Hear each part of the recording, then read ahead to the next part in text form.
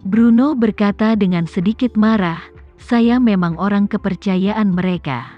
Dan saya memang berhubungan dengan anggota inti keluarga mereka. Tapi mereka meninggalkanku begitu saja di lubang sialan ini. Tempat kumuh yang sama, saya tidak punya masa depan sama sekali di sini. Dan yang paling mengerikan adalah, Mike berselingkuh dengan istriku di belakangku. Justru karena itulah dia mengaturku di penjara Brooklyn. Hal yang paling dibenci adalah aku sudah tahu kalau mereka akan berkumpul.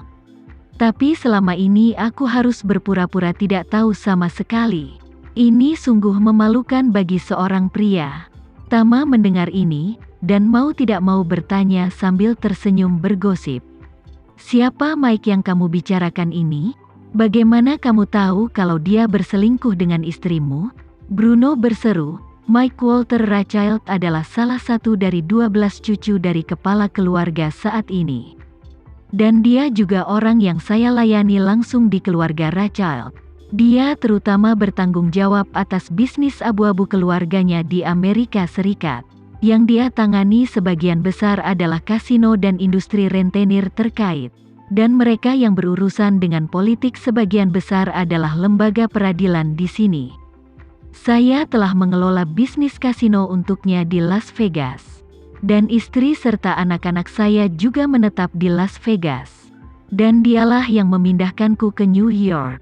Bruno melanjutkan, awalnya, saya tidak tahu apa rahasianya. Sampai suatu saat saya pulang berlibur.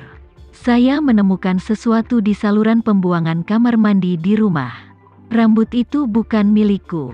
Istri saya berambut coklat, dan saya berambut pirang, dan rambut itu hitam. Pada titik ini, Bruno melanjutkan dengan ekspresi menyakitkan. Saya menyadari bahwa istri saya mungkin selingkuh. Jadi saya diam-diam memasang kamera di rumah. Saat saya sedang berlibur dan menuju ke bandara Las Vegas untuk terbang ke New York. Kamera menangkap si jelek Mike yang sedang pergi ke rumahku. Tama tidak bisa menahan diri untuk tidak berkata, orang ini terlalu berani. Dia tidak sabar untuk berkumpul dengan istrimu bahkan tanpa menunggu pesawatmu lepas landas. Bruno mengepalkan tinjunya dan berkata dengan kebencian yang luar biasa.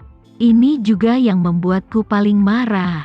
Tepatnya, orang itu sudah ada di rumahku bahkan sebelum aku tiba di bandara. Tama bertanya dengan rasa ingin tahu. Tidakkah kamu ingin mendapatkan kembali martabat yang pantas kamu dapatkan sebagai seorang pria? Bruno menangis dan tersedak. Apa yang bisa saya lakukan? Bahkan jika saya marah, saya tidak bisa melawan keluarga Rothschild. Mereka sangat kaya, tapi saya hanya bisa mendapat beberapa juta dolar setahun. Lagi pula, saya sudah paruh baya dan ini adalah usia tersulit untuk mencari pekerjaan. Jika suatu hari nanti saya meninggalkan Rothschild bersama keluargaku, saya bahkan tidak bisa mendapatkan pekerjaan dengan gaji $300 per tahun. Demi uang, saya hanya bisa menelan amarah saya. Tama tersenyum, kalau begitu, kamu benar-benar seorang ninja turtle.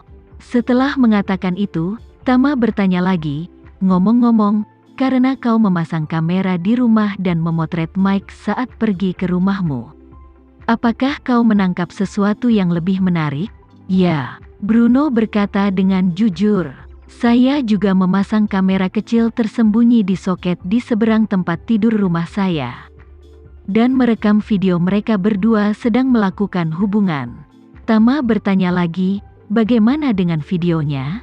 Bruno buru-buru berkata, saya menyembunyikannya di komputer pribadi saya. Tama mengangguk puas dan bertanya sambil tersenyum. Selama ini kamu bahkan belum berani menuduh istrimu selingkuh. Dan kau masih harus memberi jalan bagi pasangan itu dan menciptakan peluang untuk berkompromi. Apakah kamu pernah punya waktu sebentar? Apakah kau merasa tidak layak menjadi seorang pria? Petik 2. Bruno mengertakkan gigi dan berkata, saya selalu merasa bahwa saya tidak layak menjadi laki-laki. Inilah sebabnya saya selalu mencoba segala cara untuk berhubungan dengan lebih banyak wanita selama saya berada di New York. Hanya dengan cara ini saya bisa merasa lebih tenang dan seimbang. Tama mengangguk dan berkata sambil tersenyum, Bruno, kamu sudah menanggungnya terlalu lama. Dengan kata lain, tidak perlu menanggungnya lagi. Aku sarankan kau keluar malam ini dan jadilah pria sejati. Bruno kaget dan ketakutan, dan tanpa sadar melambaikan tangannya. Maaf tuan, saya benar-benar tidak berani menyinggung keluarga Rothschild, dan saya tidak bisa kehilangan pekerjaan dengan gaji tahunan jutaan dolar. Dengan semua ini dibandingkan dengan itu, saya lebih suka tidak menjadi laki-laki sejati. Nada suara Tama agung, dan dengan sedikit aura memasuki suaranya dengan tenang, dia berkata dengan tegas. Bruno, kau harus ingat, mulai sekarang, tidak ada yang lebih penting di dunia ini selain mendapatkan kembali martabatmu sebagai seorang pria. Siapapun yang berani mempermalukanmu sebagai laki-laki tidak peduli siapa dia. Tidak peduli berapa banyak uang yang dia miliki, atau seberapa tinggi status sosialnya. Kamu akan melawannya sampai akhir, sekalipun harga dari bersikap tegar adalah kamu akan mati besok. Kamu harus tetap tegar sampai saat kematian dan jadilah pria sejati. Apakah kamu mengerti? Seluruh semangat Bruno tiba-tiba terangkat. Dan dia berteriak histeris, saya mengerti, Tuan. Untuk meringankan masalah Peter dan mengubah kepasifan menjadi inisiatif, Tama berencana membuat Bruno mengkhianati majikannya. Namun, sebelum membiarkan orang ini memberontak, dia harus terlebih dahulu mencari tahu seberapa setia orang ini kepada Rothschild. Jika Bruno adalah pria yang sangat setia kepada keluarga Rothschild dan gegabah mengkhianati mereka, itu hanya akan membuat semua orang merasa terkejut dan tidak bisa dimengerti. Justru karena itulah Tama bertanya kepada Bruno tentang kepuasan batinnya terhadap majikannya. Tak disangka, pertanyaan ini memunculkan ide besar.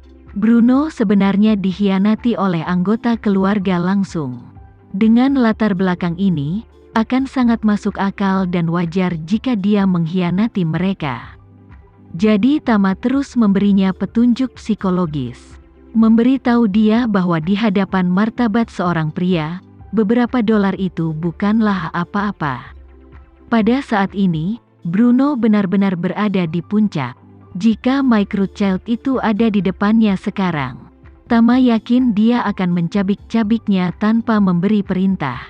Jadi, dia berkata kepada Bruno, Bruno, hal terpenting bagimu saat ini, apakah menggunakan tindakanmu yang sebenarnya untuk melancarkan balas dendam seorang pria?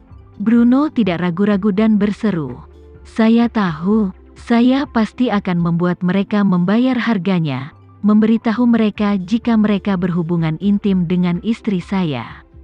Mereka harus membayar harganya. Tama mengangguk dan bertanya lagi. Lalu menurutmu apa cara terbaik untuk melawan saat ini? Bruno mengutuk dengan marah. Saya ingin mengeksposnya, saya ingin memposting semua video itu secara online. Saya ingin mempermalukannya. Setelah mengatakan itu, matanya linglung sejenak, dan dia bergumam dengan sedih. Tidak, jika ini terjadi, saya akan menjadi bahan tertawaan. Melihat keraguan-raguan naluriahnya, Tama menepuknya. Dia berkata dari balik bahunya, kita memiliki pepatah lama yang mengatakan bahwa mengorbankan nyawa demi kebenaran dan mengorbankan nyawa demi keadilan adalah hal yang sepadan. Kamu telah ditindas oleh orang lain. Sebagai pria normal, kamu boleh menyerahkan hidupmu, tapi kamu tetap peduli dengan wajahmu. Pernahkah kamu memikirkan hal itu? Jika kamu terekspos sekarang, di mata orang lain, kamu akan menjadi pejuang yang berani membalas dendam. Jika kau diekspos oleh orang lain di masa depan, kamu akan menyerahkan istrimu kepada atasanmu dan kehilangan dirimu sendiri. Kamu akan sangat takut sehingga kamu bahkan tidak berani berbuat apa-apa. Pada titik ini, Tama menatap mata merahnya dan bertanya kepadanya.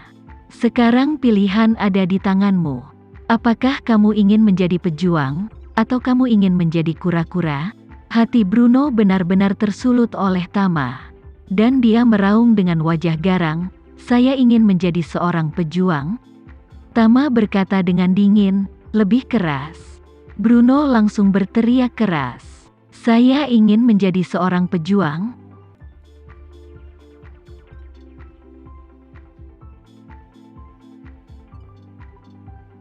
Sekian dulu ya video kali ini, kita lanjutkan lagi videonya di lain waktu. Oh iya, bagaimana menurut kalian? Semoga bisa sedikit menghibur kalian semua. Untuk teman-teman yang baru nonton, jangan lupa subscribe ya, hehehe. Dan kalau teman-teman ada yang ingin gabung langganan, bisa langsung gabung saja untuk dapat fitur yang menarik dan sedikit membantu Mimin.